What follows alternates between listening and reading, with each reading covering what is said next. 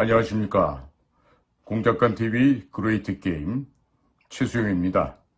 오늘도 저희 방송을 시청하시는 전국 곳곳의 국민 여러분들과 또 해외에 계시는 동포 여러분들께 깊은 감사를 드립니다.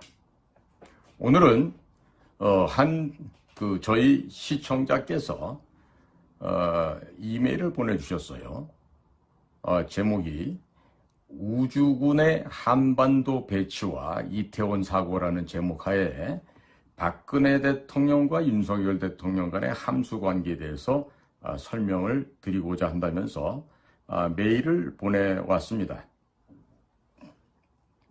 그래서 이 메일 내용을 위주로 해서 국민 여러분들께 이 아주 날카롭게 분석한 이 어느 한 분의 이 투고를 국민 여러분들과 함께 공유해 보고자 합니다. 박근혜 대통령 탄핵에 대해서 많은 분들께서 단순하게 국내 문제로만 생각하시는 경향이 있는데, 박근혜 대통령 탄핵은 미중 패권 전쟁 속에서 2016년에 일어난 아시아 국가 최초로 미국과 체결한 한미우주협정과 사드 배치가 발단이 되어 일어난 국제적인 사건입니다. 아주 쉽게 말씀드리면 미중 패권 전쟁을 벌이고 있는 미국이 군사력을 유지할 예산도 부족하고 중국과는 거리가 너무 멀리 떨어져 있으니 한국의 우주 기술부터 최신 군사기술 및 경제력을 일체에 넘겨서 중국의 대항마로 대한민국을 키우겠다는 전략입니다. 19세기 영국과 러시아의 그레이트 게임 당시에 영국이 러시아 남하를 막기 위하여 자금과 최신 군사 기술을 제공할 테니 러시아를 막아달라고 조정에 먼저 제안을 하였지만, 당시 조선의 조정은 러시아 편에 붙으면서 영국은 일본과 영일 동맹을 맺고 일본은 경제강국, 군사강국으로 키웠습니다. 그 과정에서 한반도가 일본의 식민지로 전락한 바 있습니다.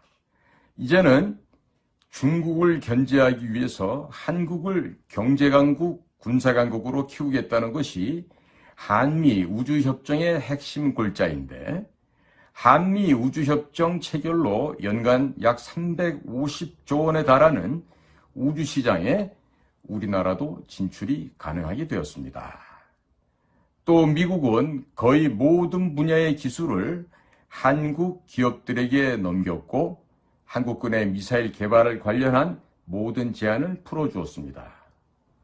한미 우주협정은 달 탐사 기술을 미국 나사, 미국 항공우주국이 한국에게 넘긴다는 것이 주요 골자인데, 이는 장거리 탄도미사일 ICBM을 개발할 수 있도록 미국이 지원한다는 의미입니다.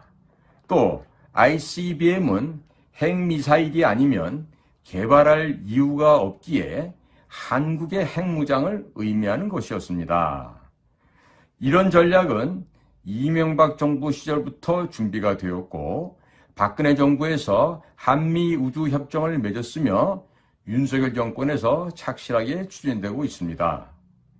그렇기 때문에 중국은 한국 내의 중국 공산당에 의해 포섭된 여야의 정치인, 언론, 학자, 시민단체, 중국인 유학생들을 총동원하여 거짓 선전선동, 가짜 뉴스를 터뜨렸고 결국 박근혜 대통령을 탄핵시키고 이명박 대통령까지 장기간 구속을 시켰던 것입니다. 이번 이태원 사고는 박근혜 대통령이 탄식 시즌2로 주인공만 박근혜 대통령에서 윤석열 대통령으로 바뀐 것이라 보시면 되겠습니다.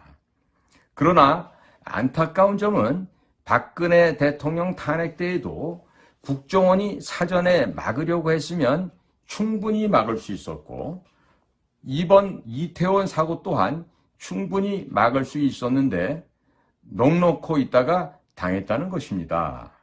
세월호 사건을 겪은 국민들은 자발적으로 일어나서 이들의 준동을 틀어막았다는 것입니다. 이번 이태원 사건에 대해서는 대통령 경호실이 나서서 국정원 고위 간부들에 대해서 철저한 조사를 할 필요가 있다고 생각합니다. 중국과 북한에 아주 오래전에 포섭된 자가 고의로 정보를 누락, 왜곡시켰을 가능성이 매우 높은 상황입니다. 실수를 가장해서 성문을 열어준 셈입니다. 중국 공산당과 북한의 지원을 받은 문재인 정권이 들어서자마자 한국의 핵무장을 제거하기 위해서 탈원전을 시도했고 핵무기 원료인 플루토늄을 생산하는 가평 중수로인 월성원전을 폐기하려고 하였습니다. 또 중국산 태양광 패널을 수입하면서 중국에게 막대한 자금을 밀어주었고 전기요금을 올려서 국내 산업을 완전히 붕괴시키려고 하였습니다. 또 법인세를 올리고 52시간 근로제, 최저임금의 급격한 인상을 통해서 국내 산업 기반을 모조리 붕괴시키려고 했었던 것입니다. 또 도보다리에서 USB를 김정은에게 넘겼는데 이 안에 북한 수뇌부도 열어보고 깜짝 놀랄 만한 기밀들이 담겨 있었다고 합니다. 우리나라 원자력 시설들을 모두 해체하고 북한에 원자력 발전소를 지어주어야 북한이 대량으로 핵탄두를 생산하고 각종 미사일들을 만들 수 있는 자료들, 그리고 자금 지원 계획 등이 들어있었다고 합니다. 이 부분에 대해서도 국정원에서 조사를 전혀 하지 않고 있는데 국정원 고위직에 여전히 중국 공산당과 북한에 포섭된 자들이 깔려있는 것으로 의심되는 상황입니다. 문재인이 김정은에게 넘긴 USB도 국정원에서 돈 주고 북한에서 사오면 얼마든지 원본을 확보할 수 있습니다. 자, 이분의 기고문은 계속해서 이어지는데요.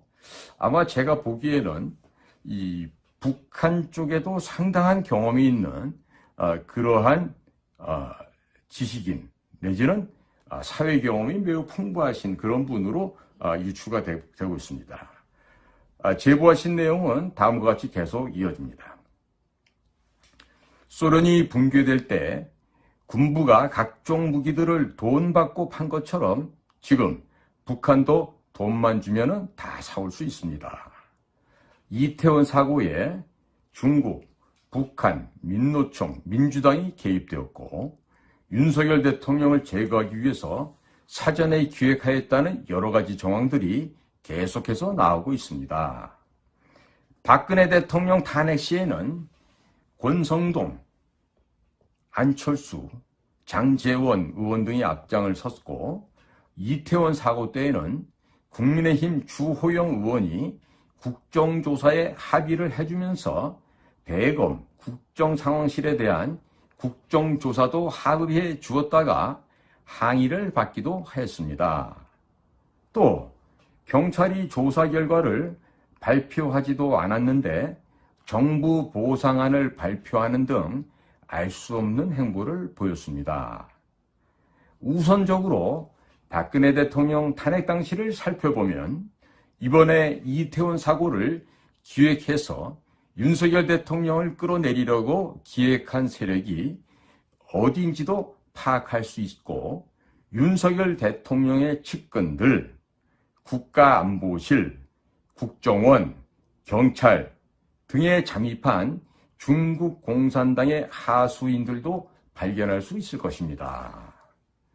박근혜 정부에서 사드 배치를 발표하자 민주당을 추종하는 좌파 시민단체들이 성주로 이사를 가서 성주 지역 주민으로 위장을 하고 성주 참외가 사드 전자파에 튀겨진다고 거짓 선동을 하였던 것입니다.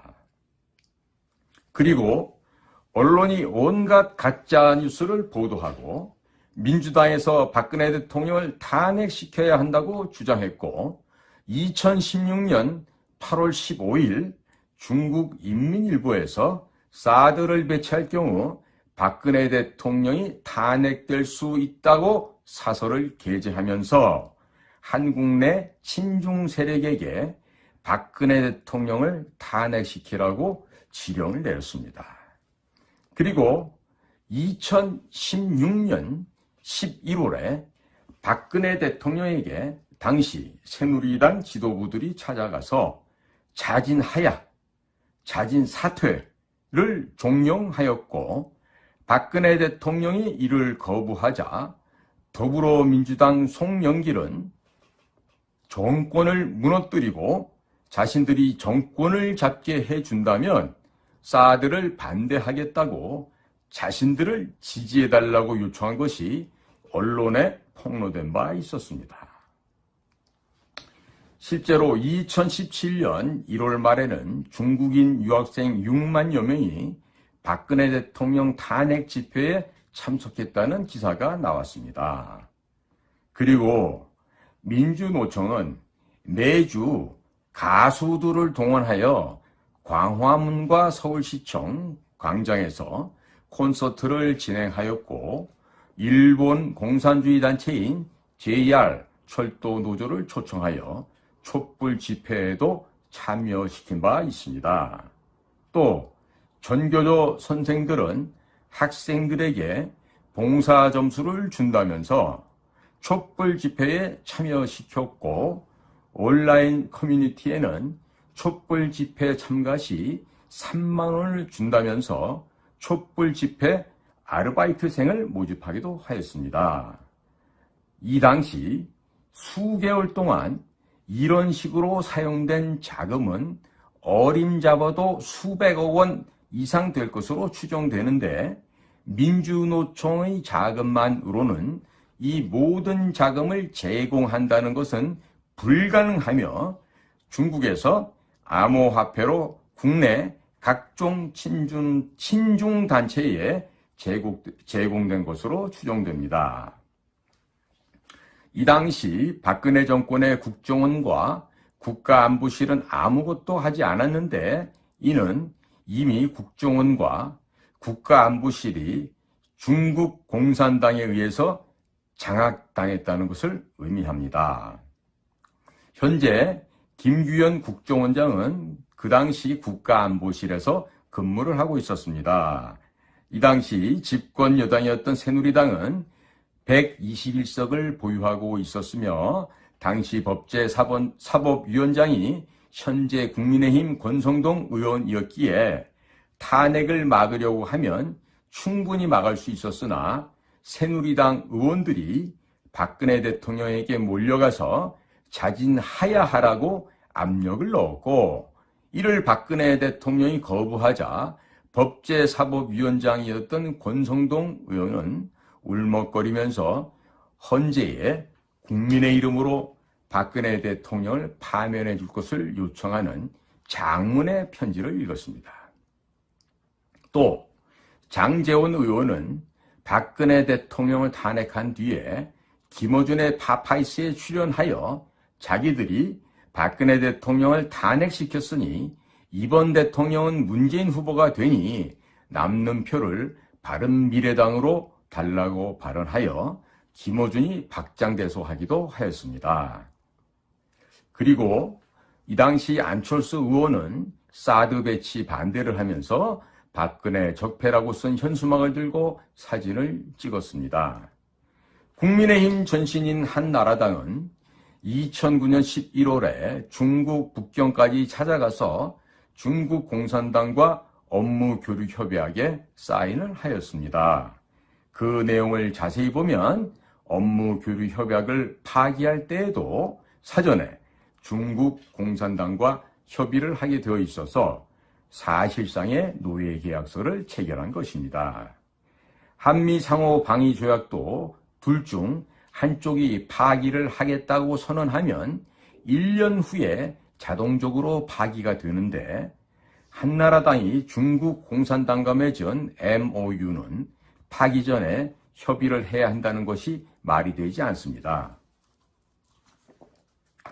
또 2015년 당시 새누리당 산하 정책연구소인 여의도연구원은 중국 공산당 산하의 차얼 학회와 또 다른 업무 교류 협약을 맺고 중국이 추진하는 1대1로와 박근혜 정부의 유라시아 이니셔티브를 접목시키는 것을 연구하기도 하였습니다. 더불어민주당의 민주연구원은 2019년에 중국 공산당 당교와 북경에서 업무 교류 협약을 체결하였습니다. 이로써 대한민국의 양대 정당 모두 중국 공산당 하부 조직으로 전락하게 된 것입니다.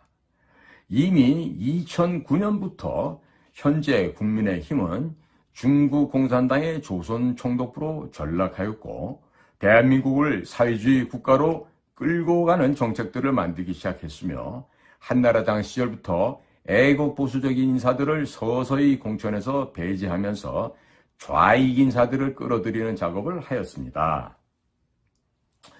그런 작업들이 절정에 달한 시점이 박근혜 대통령이 2015년에 중국 공산당 전승절 행사에 참여하여 천안문에 올라갔던 사건입니다. 미국에서 여러 루트를 통해서 박근혜 대통령에게 중국 공산당 전승절 행사에 참석하지 말 것을 간곡하게 요청하였지만 주변의 참모들이 박근혜 대통령의 눈과 귀를 가리고 전승절에 참여하도록 만든 것입니다. 이 과정에서 우리가 눈여겨봐야 하는 사람은 현재 김규현 국정원장입니다. 이 글쓴이는요, 아무리 봐도 우리 국내의 정치 변화 사정이나 또 힘의 역학관계, 또 국제관계를 상당히 아주 예리하게 꿰뚫어보고 있는 분 같아요. 마치 미국의 조지 프리드만 교수의 제자가 아닐까 하는 그런 또 의심이 가기도 합니다. 조사하는 거나 이 내용을 보면요, 굉장히 정교하고 문장 구성이 매우 논리적이라는 것을 이렇게 볼 수가 있습니다. 이어지는 얘기는 다음과 같습니다. 윤석열 정권의 김규현 국정원장은 서울대학교 치과대학 학사로 졸업을 하고 하버드대학교 행정학 석사 학위를 취득한 후 제14회 외무고시에 합격을 하고 주로 미국 쪽에서 외교관으로 활동하였습니다. 그런데 박근혜 정권에서 갑자기 국가안보실 1차장 겸 국가안전보장회의 사무처장이 되었고 2015년 10월에는 국가안보실 2차장이 되었습니다. 외교부 쪽 직원들 말에 의하면 김규현 국정원장은 데스크가 중요하다면서 외국의 대사로도 나가는 것을 기피한 인물이었고 현장하고는 전혀 거리가 먼 사람이라는 것이 갑자기 국가안보실 차장이 되었던 것입니다. 실력으로 그 자리에 올라간 것은 아니라는 생각이 드는 대목입니다. 이러면서 여러분도 회사를 다녀보셔서 아시겠지만 실적이 없는데 진급을 하려면 상관들에게 여러 가지 많은 일을 해야 한다는 것을 잘 아실 겁니다. 미국 쪽에서 여러 루트로 수차례 박근혜 대통령의 중국 공산당 전승절 참석을 만료하였음에도 불구하고 미국 쪽 외교관으로 오래 근무했었던 김규현 국가안보실 제1차장에게도 당연히 미국이 요청을 했을 것으로 생각이 됩니다. 그런데 박근혜 대통령의 중국 전승절 방문을 막지 못하였고 박근혜 대통령 탄핵 시도가 있었음에도 불구하고 아무런 구체적인 대응을 하지 않았다는 것입니다. 이 정도면 현재 김규현 국정원장과 중국 공산당과의 관계를 한번 의심해 볼 만합니다. 책상 물림만 하던 그를 실무가 매우 중요한 국가안보실에 누가 추천을 했는지도 조사해 볼 필요가 있겠습니다. 민간 분야 중소기업에서도 한 번 실패한 임원은 채용을 하지 않는데 자기가 모시던 박근혜 대통령께서 중국 공산당 전승절에 참석하는 것, 또 탄핵되고 구속되는 것을 막지 못하였다면 중국 공산당에 이미 오래전에 포섭되었거나 아니면 매우 무능한 사람이라고 합리적인 의심을 해볼 수 있습니다. 그리고 자기가 모시던 대통령이 탄핵되고 감옥에 갔으면 자기도 실패한 국가안보 책임자였기 때문에 도의적인 책임을 지고 정보라인에서 손을 떼야 하는데 윤석열 정권에서 국정원장이 되었다는 것은 상식적으로 이해가 되지 않으며 특정한 목적이 있는 것이 아닌지 의심해 볼 필요가 있습니다. 또 누가 이 사람을 국정원장으로 추천했는지도 조사를 해볼 필요가 있습니다. 이태원 사고가 일어나기 전에 민노총은 대구 10월 공산폭동을 기념하기 위해서 매년 10월에 대규모 집회를 실시했습니다. 또 윤석열 대통령을 끌어내리겠다는 이야기를 공공연하게 하고 다녔습니다. 그리고 원래 서양에서 할로윈 축제는 10월 31일인데 좌파 매체인 MBC에서 할로윈데이 축제를 이태원에서 10월 30일 토요일에 한다고 많이들 오라고 대대적 홍보를 하였고 용산과 이태원이 바로 인근이라는 것을 감안한다면 민노총이 용산에서 집회를 하고 이태원으로 몰려가서 어떤 짓을 할 것이라는 것은 충분히 예상할 수 있었습니다. 국정원에서 사전에 충분한 조치를 취할 수 있었습니다. 이 점은요, 저도 작년 추석 되기 전에 이봉규 TV 나가서 10월 11월에 윤석열 대통령을 끌어내릴 그 민중 봉기가 있을 거라고 경고 방송을 이미 한 바 있었죠. 그리고 우리나라의 군, 경찰, 정보기관 모든 국가 단위에서는 이러한 그 민중 봉기에 대비해야 된다고 경고 방송을 일찍이 한 바 있었습니다. 글쓴이의 이야기는 계속해서 또 아래와 같이 이어집니다. 김규현 국정원장이 박근혜 대통령 시절에 청와대 국가안보실에서 근무를 하면서 촛불 집회 및 박근혜 대통령이 탄핵되는 과정을 보았다면 선제적으로 조치를 취했어야 마땅하는데 아무런 조치를 취하지 않았다는 것은 직무유기에 해당합니다. 아니면 무능하든지요.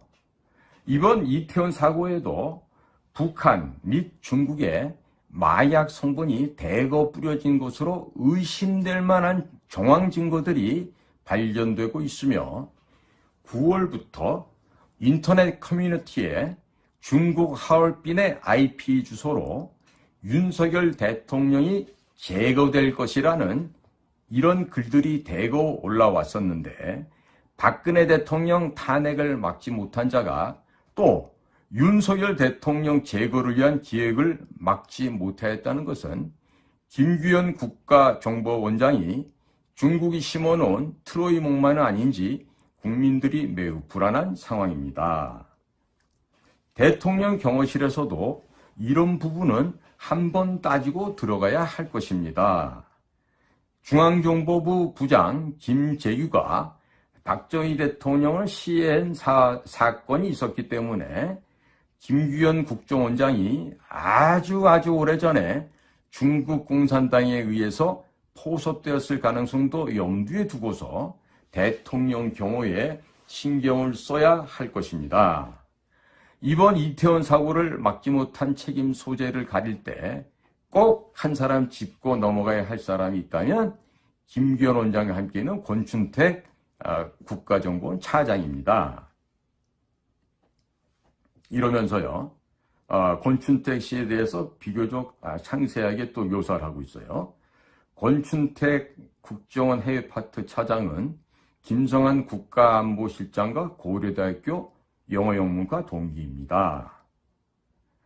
대북 공작이나 대중국 공작을 해본 경험도 없고 공산권 국가에 대해서 잘 모르는 사람입니다. 김규현 국정원장도 외교부 공무원 하다가 갑자기 국가안보실로 들어가서 자기가 모시던 박근혜 대통령이 중국에 의해서 끌려 내려오는 것을 보고도 속수무책, 또 이어지는 김성한 외교안보실장도 외교안보연구원에서 미주 파트 교수 생활만 계속하던 분인데 권춘택 국정원 해외 파트 차장도 중국과 북한에 대해서 전혀 모른다면 중국과 북한을 어떻게 다루겠습니까? 그러면 외교안보 라인에 중국과 북한 전문가가 하나도 없는데 그러면 대통령한테 잘못된 정보를 제공할 가능성이 매우 높습니다. 또 북한과 중국의 윤석열 대통령 제거 공작을 어떻게 막아낼 수 있겠습니까? 미국의 인도-태평양 전략은 중국을 조각내는 것이 기본 전략 목표입니다. 국정원 내부에도 중국과 북한에 대해서 현장 경험이 풍부한 인원들이 많은데 그런 사람들은 모두 배제하고 공산권에 대한 이해가 전혀 없는 자를 중요한 해외 파트 차장으로 임명했다는 것은 중국이나 북한에서 는 각종 공작을 막아내는 것을 포기하겠다는 이야기로 들립니다. 중국과 북한에서 오는 윤석열 대통령 제거 공작에 대해서 문을 열어준 셈입니다. 이번 이태원 사고가 일어나기 전에도 인터넷 커뮤니티에 9월부터 하얼빈 IP 주소로 윤석열 대통령이 제거될 것이라는 글이 계속 올라왔었기에 이런 것들만 제대로 모니터링하고 추적했었더라면 이태원 사고는 사전에 막을 수 있었다고 생각이 됩니다. 또 권춘택 차장은 원세훈 국정원장 비서 시절 권력 사유화 등의 의혹으로 내부에서 동료들로부터도 비판을 받았던 사람인데 이런 사람을 대통령 호위무사로 임명했다는 것은 김규현 원장과 유유상종이라는 생각이 듭니다. 또 원세훈 국정원장 서울시 공무원 출신으로 광우병 사태를 막지 못하여 이명박 정권이 실물 정부로 전락하는 데 공을 세운 사람입니다. 게다가 원세훈 원장은 개인적인 비리도 있고 그 부인이 김정숙 여사 못지않게 국정원 조직을 이용하여 해외 관광을 하는 등의 무리를 일으켰습니다. 자기 실력이 출중하고 정상적으로 성실하게 근무를 한 정보요원이라면 원세훈 원장 밑에서 비서실장을 하는 것은 자존심이 상해서 오래 할 수가 없을 것입니다. 국가정보기관은 개인의 철새를 위해서 존재하는 곳이 아닙니다.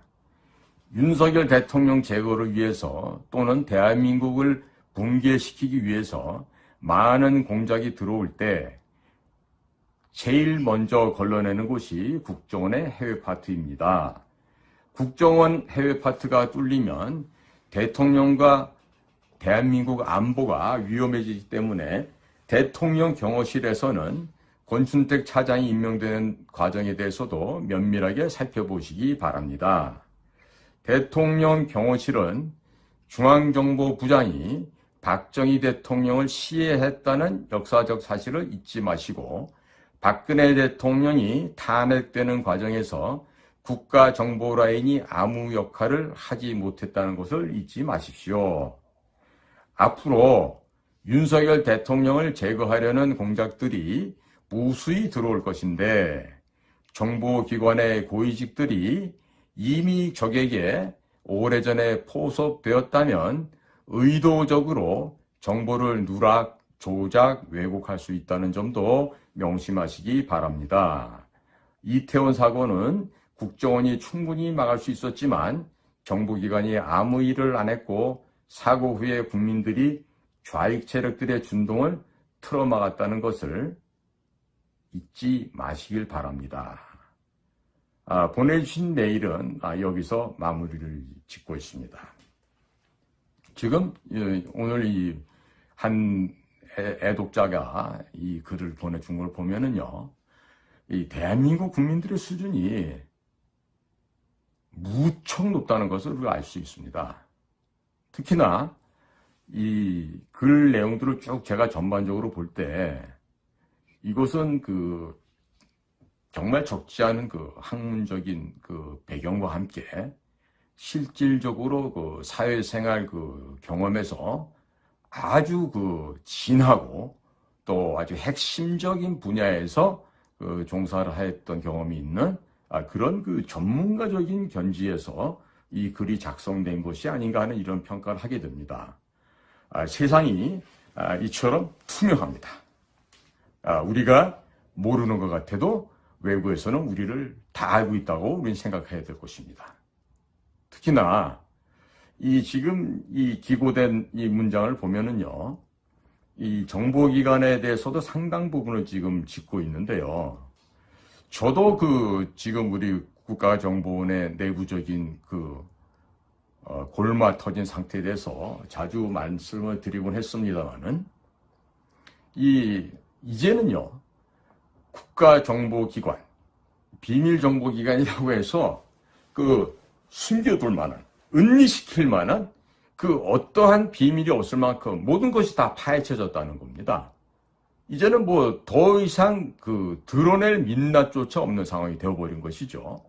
특히나 서훈이 2017년에 국가정보원장으로 부임을 하면서 국정원의 발전 개혁을 위한 특별위원회, 즉 적폐청산위원회 TF를 만들어서 민변의 변호사들, 또 현직 검사들 중에서 박범계 의원, 박범계 후에 이제 법무장관이 되죠.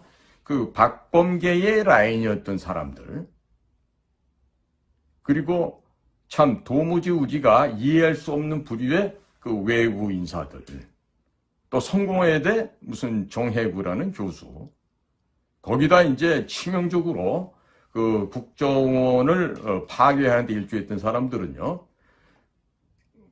중앙정보부 안전기획부 시절에 입사했던 비교적 나이가 있는 유경험자들로서 적폐청산위원회에 참여해서 도륙질을 하고 고향집을 파괴시키며 동료들을 죽여 없애버리는 과정에 동조했던 자들이 있었다는 겁니다. 그들은 적폐청산위원회에 참여하여 내부적인 비밀 정보 자료를 공개하는데도 서슴지 않고 동조하였고, 또 동료들이, 또 후배들이 억울한 누명을 쓰고 형무소에 가서 옥살이를 할 때 그렇게 참여했던 자들은 해외 다른 나라의 대사로 파견 나가고, 또 다른 고위관직을 얻어서 또 후반부를 멋있게 릴렉스하는 그들만의 유복하고 행복한 삶을 살았던 것으로 지금 보여져요. 과연 내가 근무했던 조직의 내부 심장을 파헤치고 그 내부에 숨겨져 있는 절대 바깥으로 보여줘서는 안 될 절대 비밀, 그 비밀들을 닭 모이 쫓듯이 쫓아서 다 파헤쳐 알리고, 또 비밀 취급 인가도 없는 민간인들이 그 모든 비밀 자료를 열독하게 함으로써 우리 조직 내에서 비밀 업무를 수행했던 우리 정보 요원들이 정말 형언할 수 없는 수모와 굴욕을 받으면서 형무소 생활을 하고, 이후에는 연금도 박탈당하며 경제적으로도 매우 어려운 생활을 하였다는 이 점이 비록 지금 사면복권은 되었다고 하지만 경제적으로는 거의 그렇지 못한 것으로 알고 있습니다. 지금 우리가 이 복잡하게 돌아가는 국제정세, 특히나 한반도를 둘러싸고 있는 여러 나라들의 저마다의 이해관계가 다 상이합니다. 따라서 우리는 조선말에 멍청한 판단을 하고 세계의 변화 동향을 전혀 감지하지 못했던 조선의 왕실, 특히나 우매하기 짝이 없었던 고종, 민비, 이런 부류의 인간들의 모습을 다시 되풀이해서야 우리가 되겠습니까? 우리는 주도적으로 앞으로 닥칠 우리의 미래를 우리 스스로가 헤쳐나갈 수 있는 지혜와 역량을 구비하고 또 그것을 더욱더 강화시켜야 될 것으로 믿습니다. 오늘은 박근혜 대통령과 윤석열 대통령과의 함수관계, 이 두 분의 관계를 통해서 바라본 여러 가지 국내의 변화상에 대해서 말씀을 올렸습니다. 오늘도 저희 공작관TV 그레이트 게임 경청해 주신 모든 시청자 여러분들, 또 국내외의 동포 국민 여러분들께 감사를 드립니다. 다들 안녕히 계십시오.